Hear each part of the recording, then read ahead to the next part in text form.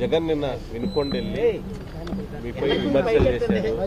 కావాలనే ప్రభుత్వము ఢిల్లీలో ధర్నా చేయబోతున్నాడు, త్వరలో ఢిల్లీ వెళ్తున్నాడు, బుధవారం ధర్నా చేస్తాడు, గవర్నర్ ప్రసంగాన్ని కూడా ఆయన అడ్డుకునే అవకాశం ఉంది. ఏమండి, ఇప్పుడు 5 సంవత్సరాల అరాచక పరిపాలన తర్వాత నూతన ప్రభుత్వం వచ్చి నెల అయింది. కరెక్ట్గా నెల రోజులు కూడా ప్రజలందరూ కూడా హర్షిస్తున్నారు పరిపాలన చూసి. ఎందుకంటే గతంలో ఈ యొక్క అరాచక వైసీపీ పరిపాలనలో ఎంతో మంది హత్యలు అలాగే ఆత్మహత్యలు కూడా చేసుకునే పరిస్థితి మనం చూసాం. సలాం వాళ్ళ కుటుంబం ఆత్మహత్యతో స్టార్ట్ అయినటువంటిది చిన్నపిల్ల ఫాతిమా మదనపల్లిలో. అంటే వాళ్ళకి పేద బడుగు బలహీన వర్గాలు మైనారిటీ పట్ల ఉన్నటువంటి ప్రేమ అక్కడే కనపడతా ఉంది. అలాగే అదే ప్రాంతంలో చంద్రయ్య అనే మనిషిని పార్టీ పరంగా చంపితే కూడా స్పందించినటువంటి ఈ యొక్క ముఖ్యమంత్రి మరి కేవలం పర్సనల్ ఎజెండాతో ఒక హత్య జరిగింది నిన్న. ఎందుకంటే మనం చూసాం, ఒక రౌడీ షీటర్ దగ్గర 2 శిష్యులు, ఒకరు ఏసీ మెకానిక్, ఒకటి బార్లో పనిచేసే వాళ్ళు, వాళ్ళకి ఎప్పుడు సత్సంబంధాలు ఉన్నాయి, విభేదాలు వచ్చినాయి.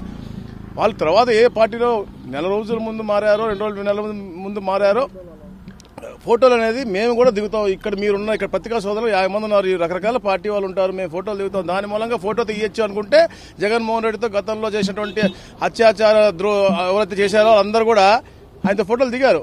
సో ఆ కేసులన్నీ కూడా ఆయన మీద పెట్టి లోపలేయాల్సిన అవసరం ఎంతకాలం ఉంది. ఇక్కడ ముందు ఆయన ప్రూవ్ చెప్పుకోవాలి, నా ఫోటో దిగాడు కాబట్టి నేను కూడా బాధ్యుడిని, అత్యాచారానికి నా మీద కూడా కేసు పెట్టాడని చెప్పాలి.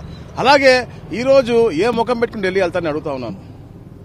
గత 5 సంవత్సరాల్లో ఇన్ని అరాచకాలు చేసుకుని ఎప్పుడు కూడా తెలుగుదేశం పార్టీ పోరాటం చేస్తా ఉంటే హేళన చేసి నిండు అసెంబ్లీలో కూడా పెద్ద మనిషిని అగౌరవపరిచే విధంగా నువ్వు చక్కగా ఉండుంటే, పెద్ద మనిషిని గౌరవ మాజీ ముఖ్యమంత్రిగా అప్పుడుండి అపోజిషన్ పార్టీ లీడర్గా ఉన్న వ్యక్తిని చచ్చిపోతే బెటర్ బతుకుంటాం ఎందుకు అసెంబ్లీలో అన్నట్టుగా మాట్లాడినప్పుడు నీ అసెంబ్లీలో నీ ఎమ్మెల్యేలు చక్కగా పెట్టుంటే ఈ రోజు నీకు దౌర్భాగ్యం వచ్చేది కాదు, 11 సీట్లు వచ్చేవి కావు.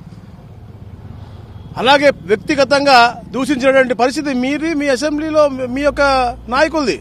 అలాగే మా శాసనసభ్యుల మీద చేయి చేసుకుని, దళిత శాసనసభ్యులు స్వామి మీద అవ్వచ్చు, మమ్మల్ని మీద చేయి చేసుకుని మీ యొక్క సంస్కృతి తెలియజేశారు. అది మీ సంస్కృతి. కానీ ఒక సుపరిపాలన ఇవ్వాలని చెప్పే లక్ష్యంతో ఏదో మాట ఇచ్చామో ఈ ఆంధ్రప్రదేశ్ని ఒక సస్యశ్యామలమైన ప్రాంతంగా చేయాలనే లక్ష్యంతో పనిచేస్తా ఉన్నారు. ఈ నెల రోజుల్లో ఢిల్లీకి చంద్రబాబు నాయుడు 2 సార్లు ఎందుకు వెళ్లారు? ఈ రాష్ట్ర అభివృద్ధి కోసం, రాబోయే రోజుల్లో యువతకు మంచి ఉపాధి కల్పించే లక్ష్యంతోనే ఢిల్లీ వెళ్ళారు తప్ప నీలాగా నీ కేసుల కోసం ఎప్పుడు వెళ్ళలేదు. ఈ రోజు ఏ ముఖం పెట్టుకుని ధర్నాకు నువ్వు వెళ్తావని అడుగుతా ఉన్నాను. నీకు అర్హత లేదు. ఈ ఆంధ్రప్రదేశ్ సుఖంగా ఉంది, ఈ రాబోయే రోజుల్లో ఇంకా సుఖంగా ఉంటుంది. ఒక మంచి వాతావరణంలో ఒక సుభిక్షమైన ప్రాంతంగా ఈ రాష్ట్రం ముందుకు పోతుంది. అందరూ కూడా ఈ రాష్ట్రం వైపు చూస్తున్నారు. మొదటి స్థానానికి ఎలా రాబోతుందో కూడా చూస్తా ఉన్నారు. కాబట్టి ఈ అన్ని నాటకాలు మానేసి కామ్గా వచ్చి అసెంబ్లీకి వచ్చి నీకేమన్నా ఒక మంచి పాజిటివ్ మోడ్లో రాష్ట్రానికి ముందు తీసుకెళ్లే విధి విధానాల్లో పాల్గొనాలని తలుచుకుంటే తప్పకుండా రండి తప్ప ఇలాంటి తప్పుడు మాటలు పిచ్చి కూతలకి ఎవరు కూడా భయపడరు. చాలా రోజుల్లో దాదాపు 35 మంది వైసీపీ కార్యకర్తల్ని చంపేశారు అనేది ఆయన చెప్తున్న మాట. 35 మంది వైసీపీ కార్యకర్తలు కాదు, నాకు తెలిసి 35 కాదు, 3 హత్యలు కూడా జరుగుండవు. సరే, అలాంటి జరగకూడదు, ఎక్కడ కూడా జరగకూడదు. ఎవరు మేము కానీ మా గౌరవ ముఖ్యమంత్రి గారు కానీ హత్యలు చేయడం అనేది ఎప్పుడుగా వ్యతిరేకం. ఇప్పుడు కాదు, రౌడీజాన్ని కింద పెట్టిందే, అణిచివేసిందే తెలుగుదేశం పార్టీ.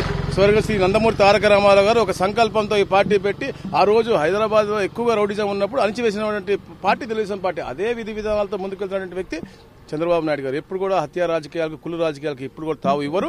ఎక్కడన్నా వ్యక్తిగతంగా జరిగినటువంటి కూడా పార్టీల మీద రుద్దడం చాలా బాధాకర విషయం. ఎందుకంటే పార్టీ చెప్పు అని చెప్పకపోతే హత్య చేసిన విధి మీరు పల్నాడు చంద్రయ్య గారు మీకు కనపడతా ఉన్నారు. కానీ ఇక్కడ ఎక్కడ కూడా పార్టీ పరంగా కాదు, వ్యక్తిగతమైనటువంటి కొన్ని ఎఫ్ఐఆర్లు అవ్వచ్చు, ఆర్థిక లావాదేవీలు అవ్వచ్చు, ఇలాంటివి తప్ప ఎక్కడ కూడా లేదు. ఆ రోజు పార్టీ పరంగానో లేకపోతే ఇంకో పరంగానో మీరు చేశారు తప్ప ఎక్కడ కూడా హత్యలు మేము ప్రేరేపించలేదు. Thank you.